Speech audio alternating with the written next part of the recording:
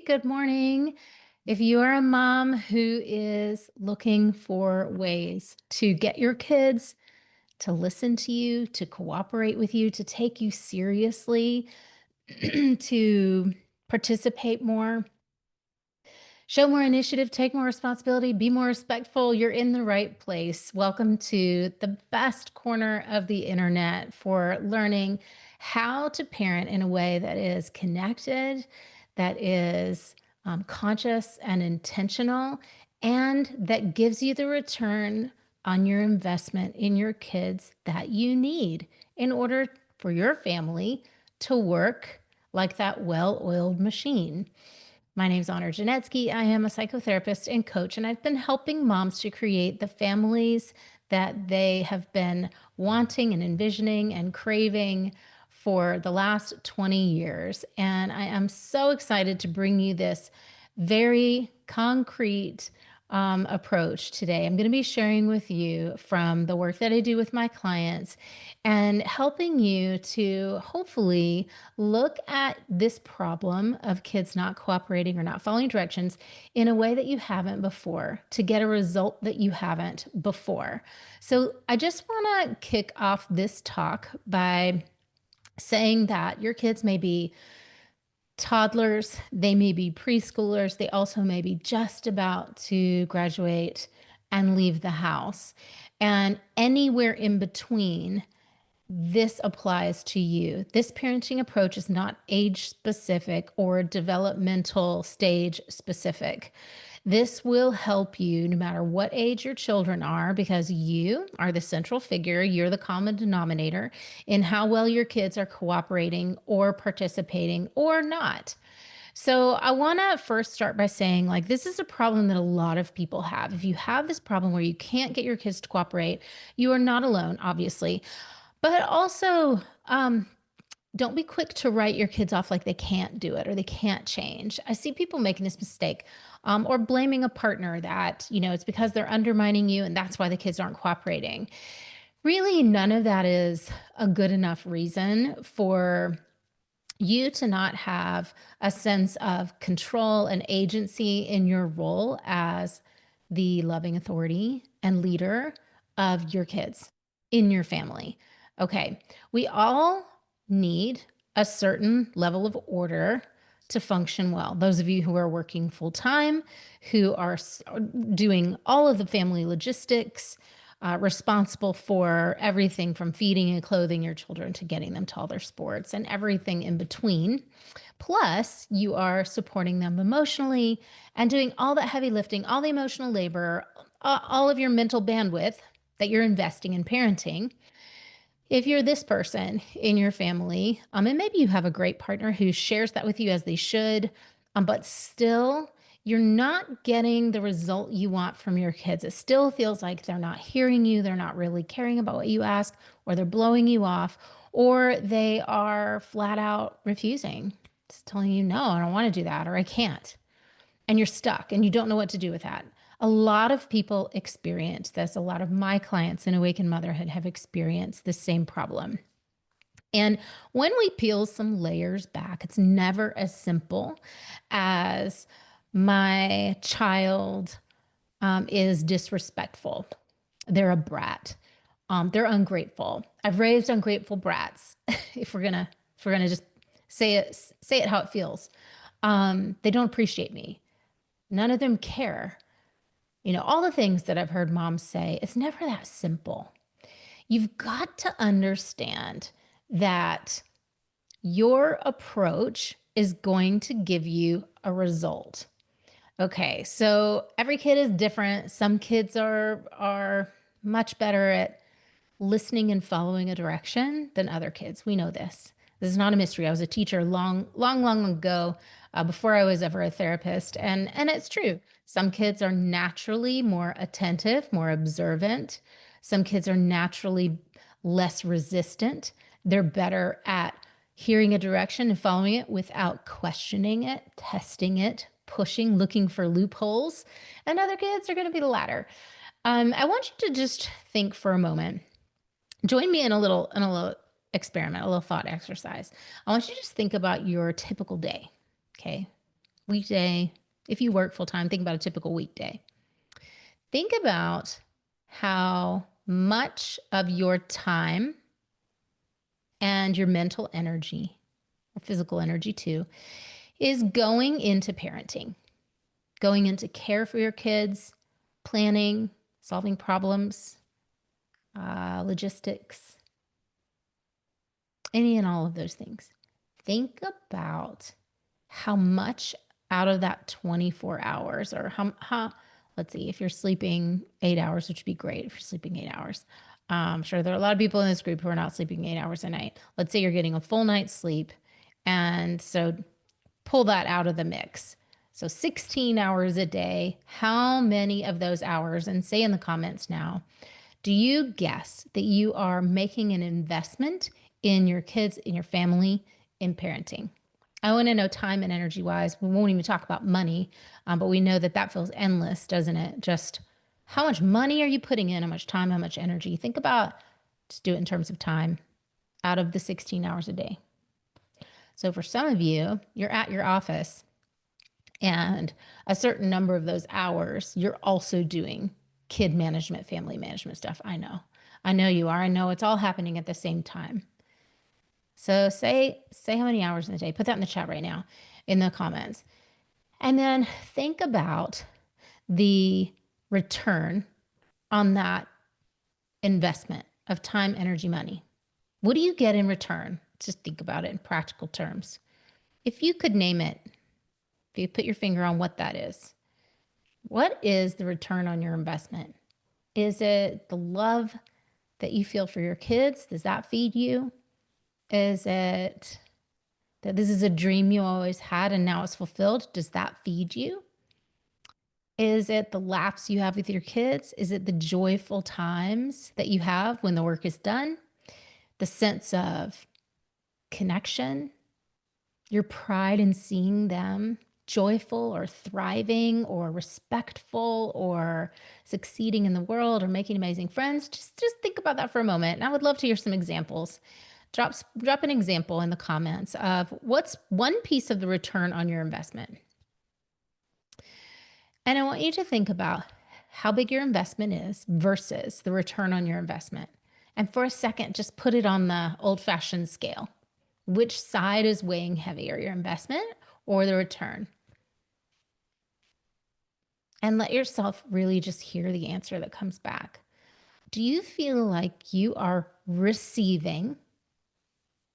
Are you receiving what you want to be receiving, what you need to be receiving in terms of that teamwork or partnership aspect of relationships or participation, engagement, the intangibles, love, connection, feeling that sense of belonging or joy at watching your kids? I want you to think about it in this way because we don't do parenting to get something back. I know this as well as you do. We don't do it as a transaction. None of us anymore, I hope, have children to be farm workers. We don't have the kids so that they'll do the work for us. We have them for other reasons. We start families for lots of reasons, but when we started families, we didn't really know what it was going to be like. So think about what you're giving versus what you're receiving. Because overwhelm happens when you automatically give, give, give, give, and don't know how to receive. And receiving takes work. Receiving takes setting up the right systems. Receiving takes knowing how to parent the child you have in an efficient way, in a connected way. So I'm going to tell you today how people are doing it wrong, and so that you know where not to go. And then we're going to talk about what actually does result in kids hearing you, following your directions, cooperating like I trained so many of my clients. So here's the cost. Let's talk for a minute about the cost to your kids for you giving and your kids not participating, not respecting or not following your directions, let's talk about the cost to that of making that investment and not getting a good return. First of all, it's embarrassing, right? You feel like you're wearing a mask. You feel like an imposter. Everyone thinks you're an amazing mom. People say, oh my God, how do you do it? You give so much and you smile. And inside, you know how it feels to be at home. And you carry that with you like a burden. It might be embarrassing, or you might be afraid of being embarrassed by the way your kids treat you or talk to you, that someone else might hear that. You may miss out on doing fun things because your kids are not they're not road trip ready.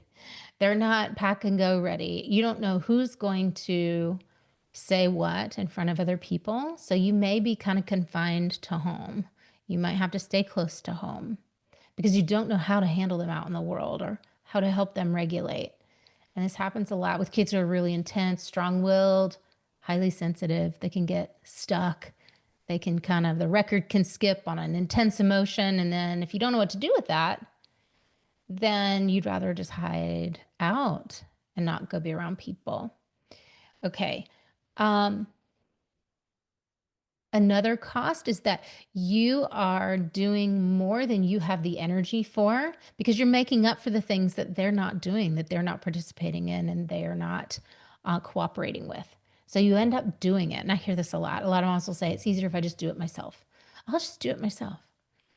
But it isn't easier because what happens is that creates an imbalance where you're doing more than you have the energy for, which directly results in you feeling resentful. Resentful toward your kids, resentful toward your spouse or partner, angry at yourself ultimately, angry at yourself for compromising on your own values. It's really heavy. That takes a toll on a relationship, on your partnership. It's easy to blame someone when you feel out of balance or don't know how to get back in control. Lastly, anxiety. A huge cost to kids not cooperating with you is anxiety, theirs as well as yours. Everybody knows this is not how it's supposed to go. Everybody knows something's out of balance here.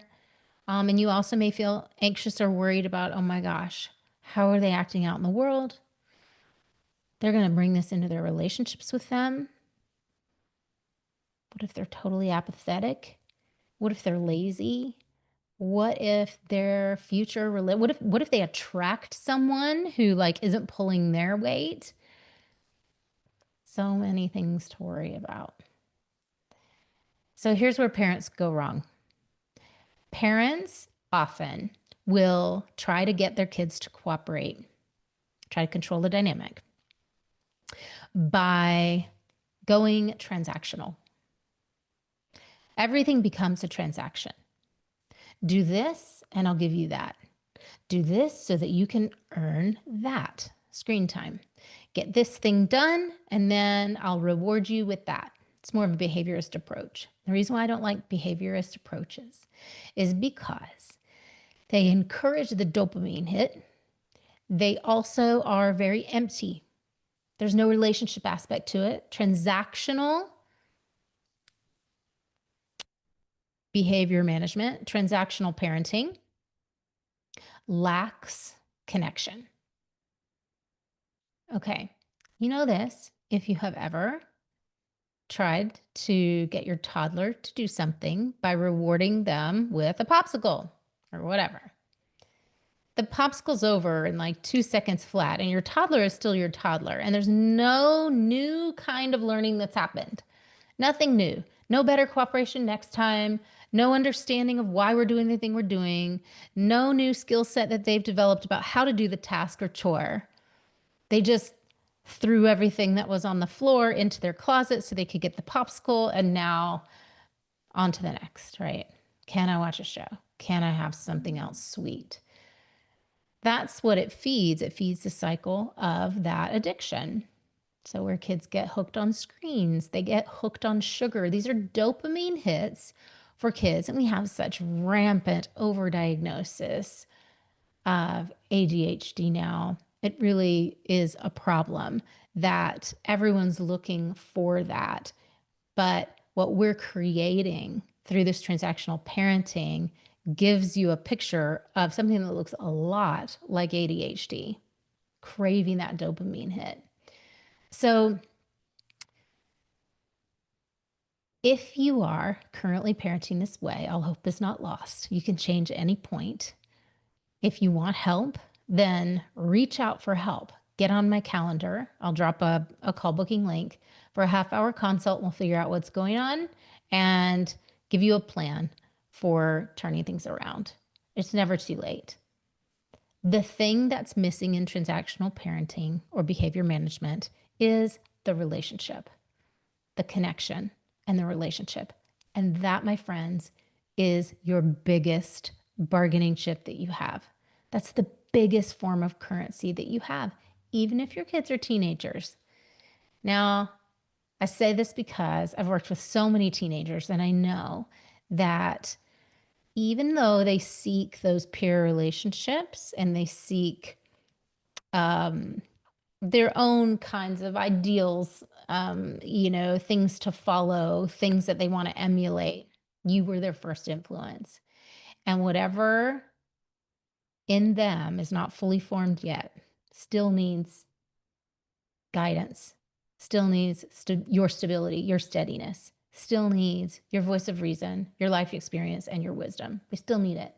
They may resist it because of what's going on, because of the tension, or because of them being 13 or 15, but they still do need it. And even though you may not believe me, or because you might not see the evidence, they still want it. They do still want it.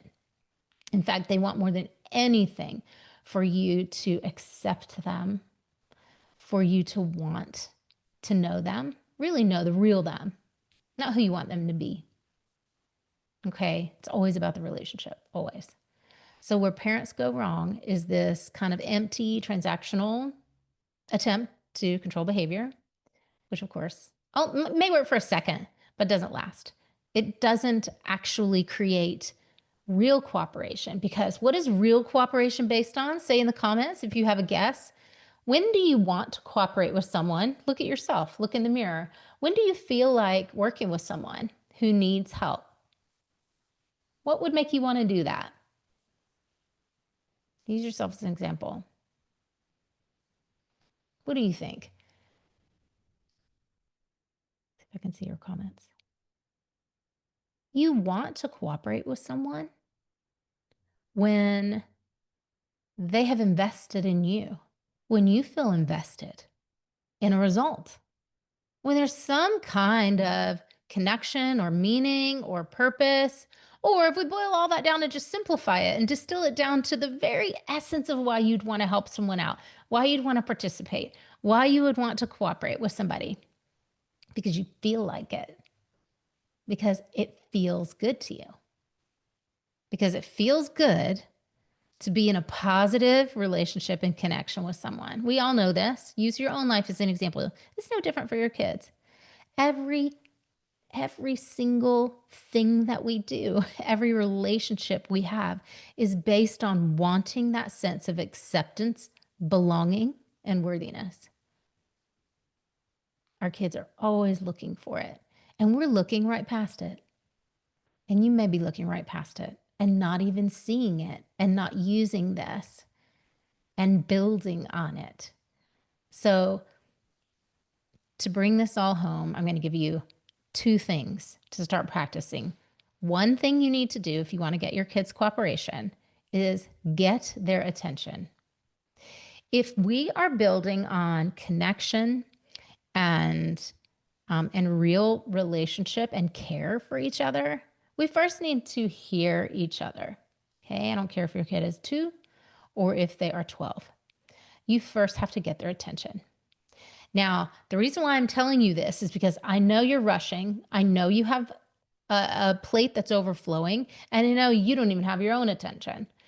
So you have to slow down enough to be able to land, embody what you want to say, connect with them, and then ask for that back from them. If I'm going to take a moment out of my time to collect my thoughts and have a conversation with you about, hey, this needs to happen because this is happening tomorrow. So this needs to be prepped or ready. And here's what needs to happen. I'm not going to say a word until I have your attention, because otherwise, why waste my breath? I've got too many other things going on. I value my time. I know that my time is worth a lot.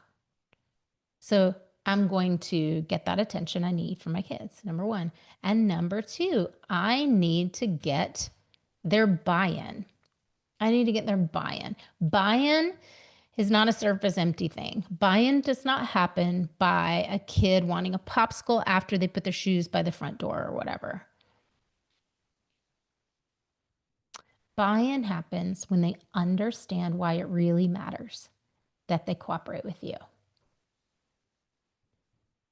What's the return on their investment?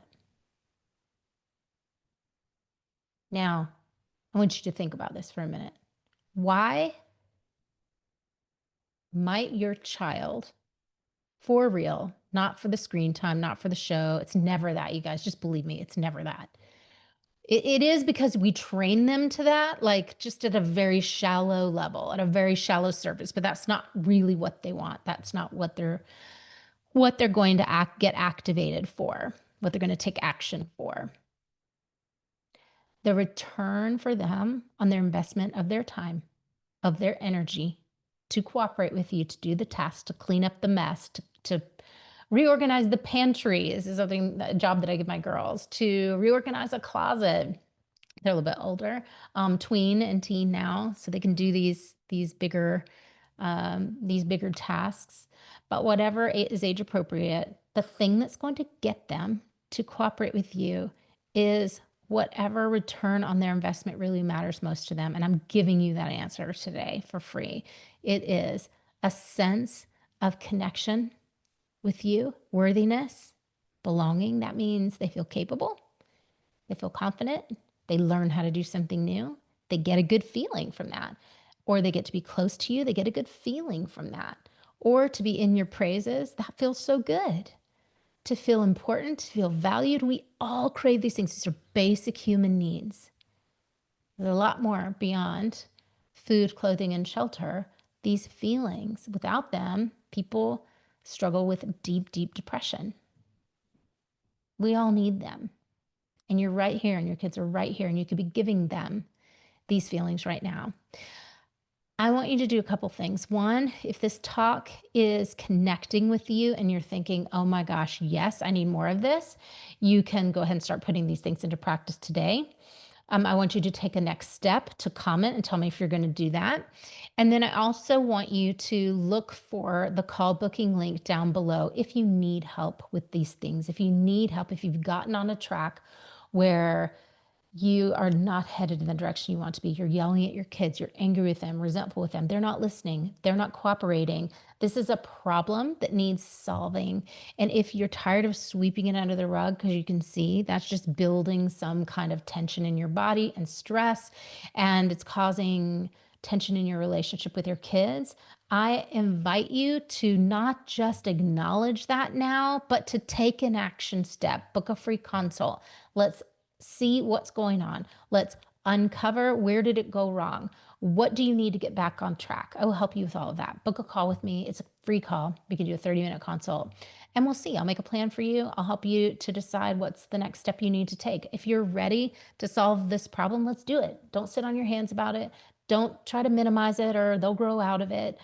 It's always better to know what you're dealing with and always better to then make an empowered decision and choice about what you want for your life, what you want for your family. I'm here to support that.